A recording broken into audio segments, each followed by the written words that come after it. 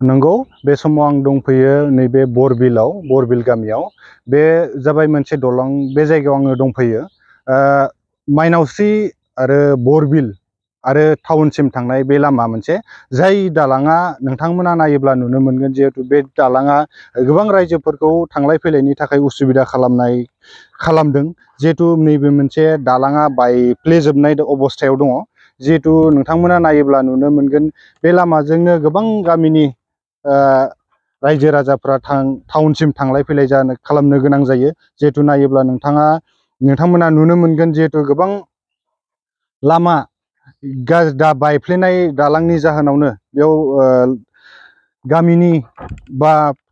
फरायसालियाव थांनाय फरायसा फरायसुलिफोरा गोबां खस्थ'नि गेजेरजों नैबे दलंखौ बारलांनांगौ गोनां जायो नोंथांमोना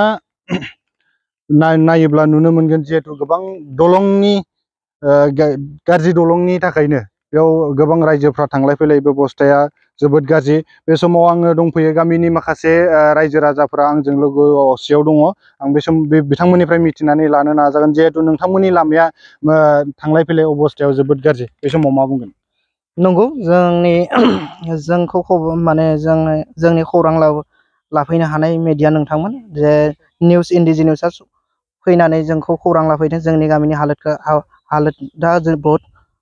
नंगौ बे समाव आं दंफैयो नैबे बरबिल गामियाव बे जाबाय मोनसे दलं बे जायगायाव आङो दंफैयो माइनावस्रि आरो बरबिल आरो टाउनसिम थांनाय बे लामा मोनसे जाय दालाङा नोंथांमोना नायोब्ला नुनो मोनगोन जिहेतु बे दालाङा गोबां रायजोफोरखौ थांलाय फैलायनि थाखाय उसुबिदा खालामदों जिहेतु नैबे मोनसे दालाङा बायफ्लेजोबनाय अबस्थायाव दङ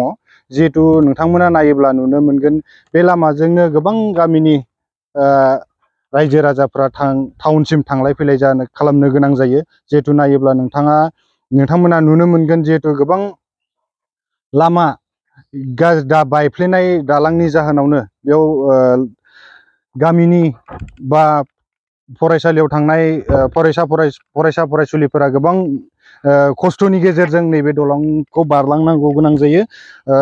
नोंथांमोना नायोब्ला नुनो मोनगोन जिहेतु गोबां दलंनि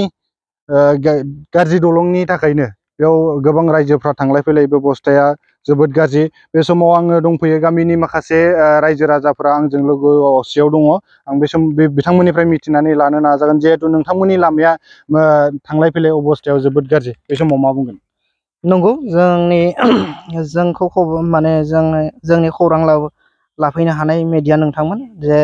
निउस इन्डिजिनिउसआ फैनानै जोंखौ खौरां लाफैदों जोंनि गामिनि हालोदा बहुत प्रब्लेमनि गेजेरजों जोंहा बे बायग्लिनाय दलंजों जों थांलाय फैलाय खालामनाय जायो आरो बे प्रेगनेन्ट लेडिफोरखौबो लांलाय लाबोलाय जोंनि राङापारा फाहामसालियाव लांनो थाखाय सिभिल हस्पिटाल जा सरकारि दङ बेयाव थांलाय फैलाय खालामनो आरो लांलाय लाबोलाय खालामनो गोबां खस्थ' जायो ओंखायनो जोंनि मानगोनां MLA अशोक सिंघाल बिथाङा जोंनि ढेकियाजुलि समस्तिनि मानगोनां अशोक सिंघाल बिथाङा जे थाबैनो जोंनि बे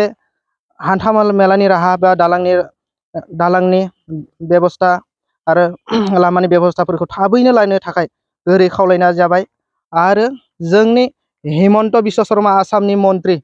बिथांखौबो जों गोरै खावलायनाय थाबाय जे जोंनि जे राहा लामानि थाखाय जोंखौ दालांफोरनि थाखाय बेबस्थाखौ लायो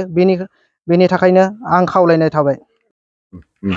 बे समाव आङो आरो गुबुन सासे नैबे रायजोनिनो गुबुन सासे ব্যক্তি आं बिथांनिफ्राय मिथिनानै लानो नाजागोन जिहेतु আপোনালোকৰ ৰাস্তা যাতায়াত ব্যৱস্থা আৰু দলংখন বৰ বেয়া কি ক'ব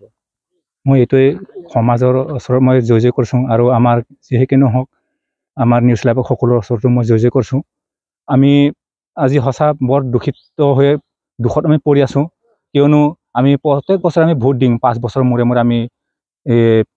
বিধায়কসকলক আমি আজি 1969 চনত আমি জংঘল খোলা আমাৰ মা দেউতাহঁতে আজি আমি এনেকুৱা এটা মানে দুখত পৰি আছোঁ যিসকল ছাত্ৰ ছাত্ৰী সিহঁতে স্কুললৈ যাবলৈ কাৰণে আজি দলং নোহোৱা হৈ গৈছে আমাৰ ৰাস্তা ভাল নোহোৱা হৈছে আৰু আমাৰ যিবিলাক আমাৰ ডেলিভাৰী সন্তান জন্মাবলৈ কাৰণে অসুবিধা হয় আগতো ঘৰত জন্মাইছিলে এতিয়া কিন্তু হস্পিটেল লাগে হস্পিটেলত যাবলৈ কাৰণে অসুবিধা হৈ যায় ইমান কষ্ট আমাৰ মাইনাচিৰিৰ পৰা আমাৰ এই ৰঙাপাৰা টাউনলৈকে চিভিল হাস্পতাল বা যিকোনো এটা আমাৰ চৰকাৰী হাস্পতাললৈকে যাবলৈ কাৰণে অসুবিধা হয়। সেইখিনি আমাক নিশ্চয় অশোক সিংহাল ডাঙৰীয়াই আমাক দি আমি এইবাৰ দিছোঁ তেখেতক। যদি তেখেতৰ যদি জয় লাভ কৰে কিন্তু আমি এইটোৱে ধন্যবাদ পাম। মুঠতে আমাক এই ভুগি থকা সমাজটোক দলং আৰু ৰাস্তালৈকে আমাক সম্পূৰ্ণ আমাক উপায় দিক বুলি মই মোৰ মনৰ পৰা মই এইটোৱে কৈছোঁ। আৰু মই বেছি ক'ব নাজানো, মুঠতে এইটোৱে লাগে।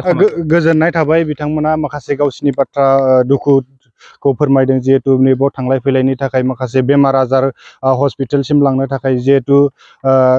गारि फैनांगौ, गारि घोड़ा लांनो थाखाय गोबां खस्थ'नि गेजेरजों बिथांमोना बारनो गोनां जायो।